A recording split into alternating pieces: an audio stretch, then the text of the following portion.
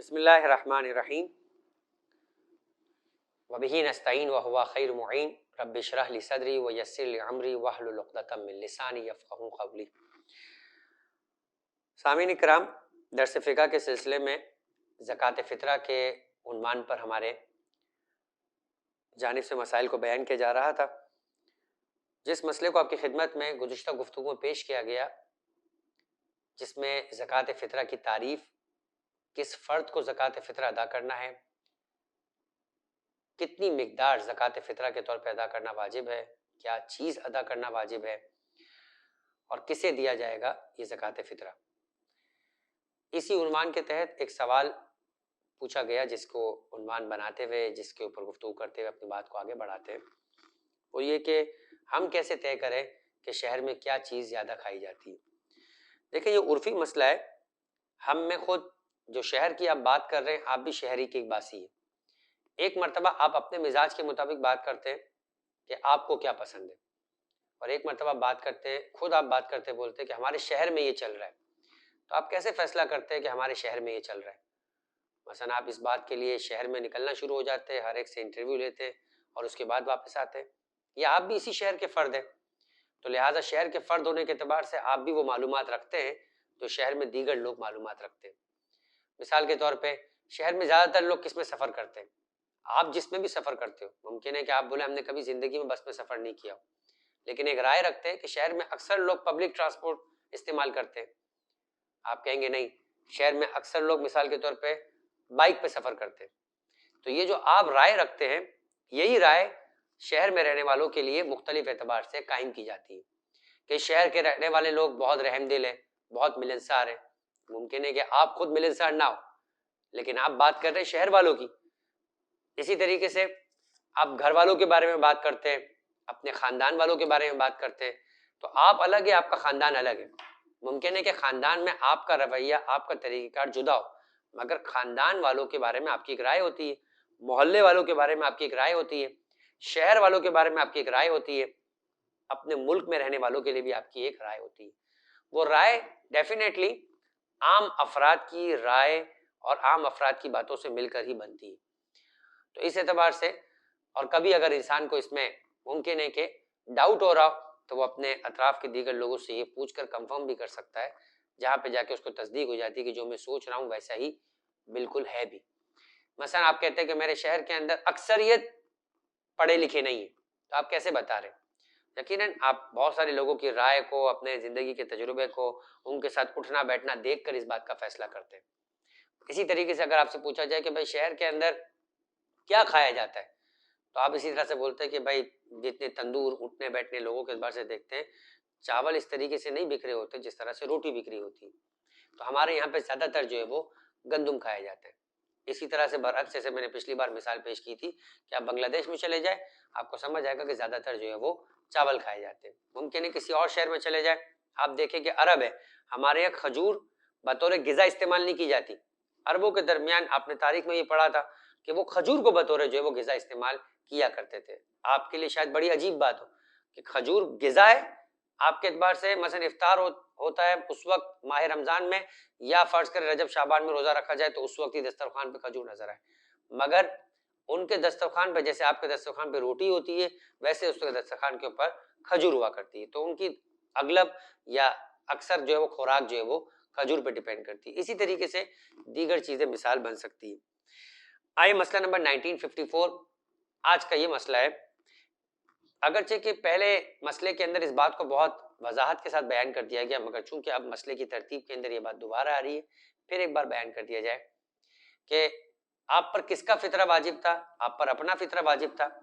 और उन लोगों का था कि जो आपके यहाँ खाना खाने वाले शुमार हो। खाना खाने वाले कौन है, इसकी बड़ी वजाहत के साथ गुफ्तगू हो चुकी थी। हर वो फर्द के जो आपके यहाँ पर इस तरह से आके रुका हो कि उसका खाना पीना, आपके यहाँ पे रुकना, आपके यहाँ पे ठहरा है, वही मिसाल आप ही उसके जो है वो एक तरह से जिम्मेदार बने हुए, आप ही केयर टेकर है, आप ही के यहाँ पे वो रुका हुआ है, खाना पीना कर रहा है। मिसाल भी दे दी थी कि इसके अंदर मुमकिन है कि एक मरतबा आपकी शादीशुदा बेटी जो घर पर आती है वो खाना खाने वाला शुमार नहीं होती है, और कभी हो जाती है। इसी तरीके से ड्राइवर आमतौर पे सुबह चले जाता है, सुबह आता है, शाम को चले जाता है, खाना खाने वाला शुमार नहीं होता है। लेकिन एक वक्त आपने खुद रुकवाया कि हफ्ते भर के लिए मेरे घर में शादी है, लिहाजा तुम यहाँ रुको, अब वही आपके यहाँ पे खाना खाने वाला शुमार हो जाता है, क्योंकि उसके दिन और रात आपके यहाँ गुजर बसर हो रहे हैं, आप ही उसकी ग़िज़ा का बंदोबस्त कर रहे हैं। तो अब ये खाना खाने वालों में क्या कोई कैटेगरीज है कि मसलन छोटे बच्चों का, ये बालिग अफराद का फ़कत फितरा वाजिब है, यानी फितरा जो वाजिब है जो देने के एतबार से वो बालिग पर है, मगर जिसका दिया जाए क्या उनमें नाबालिग शामिल है? मर्द और औरत के एतबार से कोई तशखीस है? या मिसाल के तौर पर मुसलमान और गैर मुस्लिम होने के एतबार से कोई तशखीस है? या आपका हम फिरका हो या हम मजहब हो, ये कोई जो है वो तशखीस है? आपके यहाँ काम करने वाला मिसाल के तौर पे सफाई करने वाला कोई हिंदू हो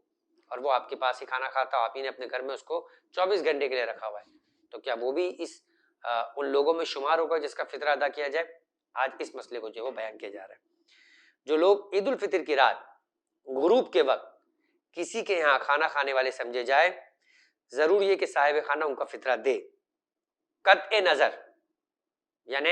ये कोई मिलाक और कोई स्टैंडर्ड नहीं है कि वो छोटा हो या बड़ा हो,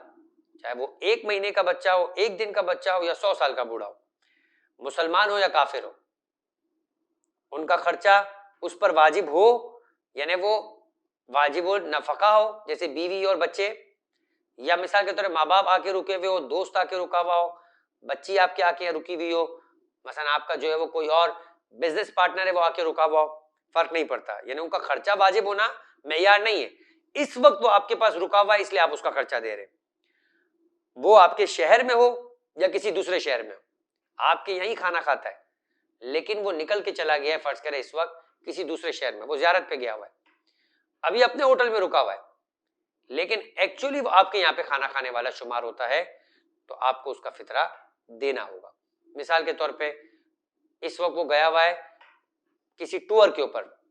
बिजनेस टूर के ऊपर, कराची से निकल के इस्लामाबाद गया है, आपका बेटा है,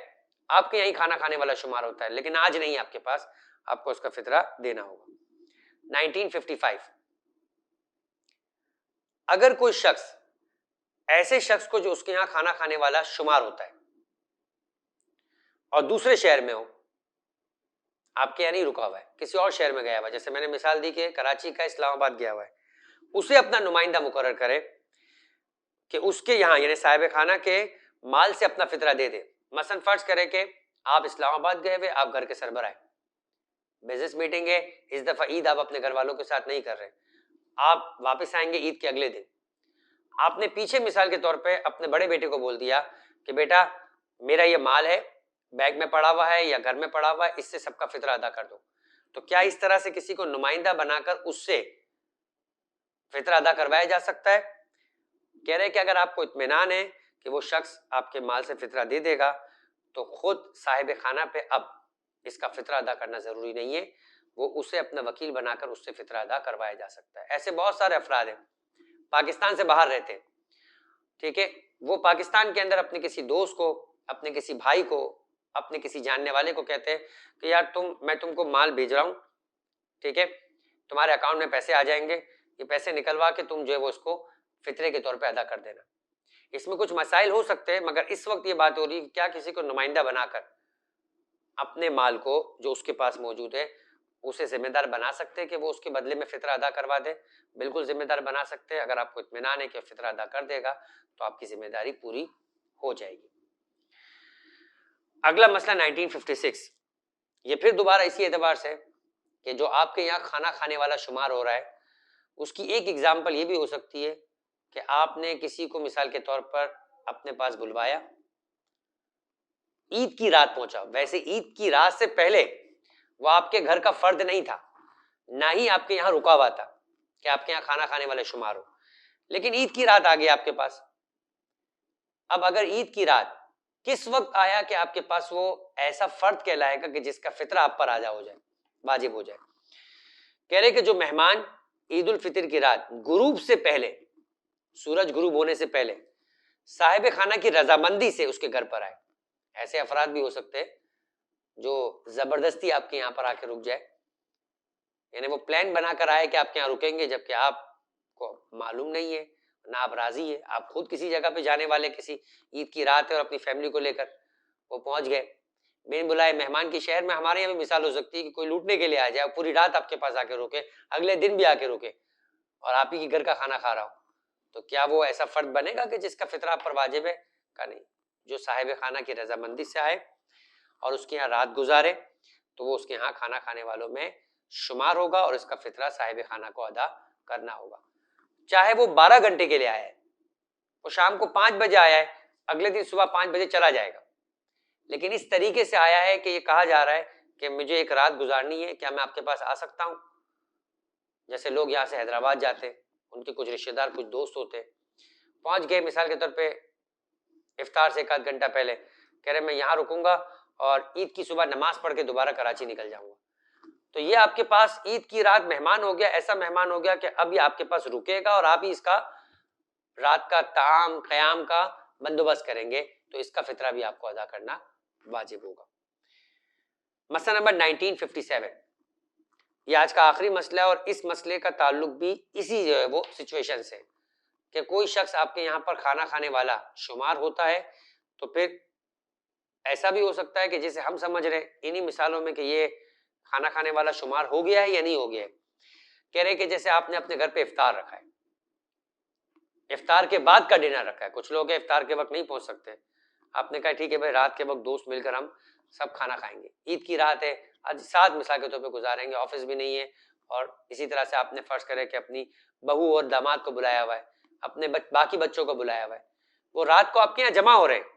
मगर रात ही को जमा होंगे और रात ही को चले जाएंगे, आए भी मगरिब से पहले, लेकिन ये आपके यहाँ पे स्टे करने वाले अफराद नहीं है, ये सिर्फ खाना खा कर चले जाने वाले लोग हैं। कि जो मेहमान ईद उल फितर की रात गुरूब के बाद वारिद हो, अगर वो साहिब खाना के यहाँ खाना खाने वाला शुमार हो तो इसका फितरा साहिब खाना पर एहतियात वाजिब के बिना पर है, लेकिन अगर खाना खाने वाला शुमार ना हो तो वाजिब नहीं है कि उसका फितरा अदा किया जाए। जिस शख्स को इंसान ने ईद की शब में अपने घर पर इफ्तार पे बुलाया हो, वो उसके यहाँ खाना खाने वाला शुमार नहीं होता, ये बाकायदा क्लियर आगा सिस्तानी ने बयान कर दिया, लिहाजा साहिब खाने पे उसका फितरा अदा करना वाजिब है, चाहे वो रात को 2 बजे जाए। हाँ, अगर वो आया ही रुकने के लिए, और ये चीजें हम अपने घरों में आमतौर पे देखते भी है, माँ बाप कहते भी है अपने बच्ची से कि क्या तुम आज रात रुकने के लिए हमारे पास आए हो? अगर नहीं नहीं बाबा मैं सिर्फ आई हूँ, इफ्तार करूंगी और चले जाऊंगी, तो ये जुमला खुद बताता है कि वो उस तरह से रुकने के लिए नहीं आई या नहीं आया है कोई फर्द कि जो आपके यहाँ पर बाकायदा कयाम कर रहा है। हम जैसे बोलते भी कयाम और ताम का बंदोबस्त है, तो ये कयाम और ताम का पूरा पैकेज है, जो ये पैकेज के लेकर आएगा रजामंदी से साहिब खाना के, वो ही जो है वो उसी का फितरा अदा करना साहिब खाना पर वाजिब होगा। इससे ये भी फर्क नहीं पड़ता कि वो मालदार है,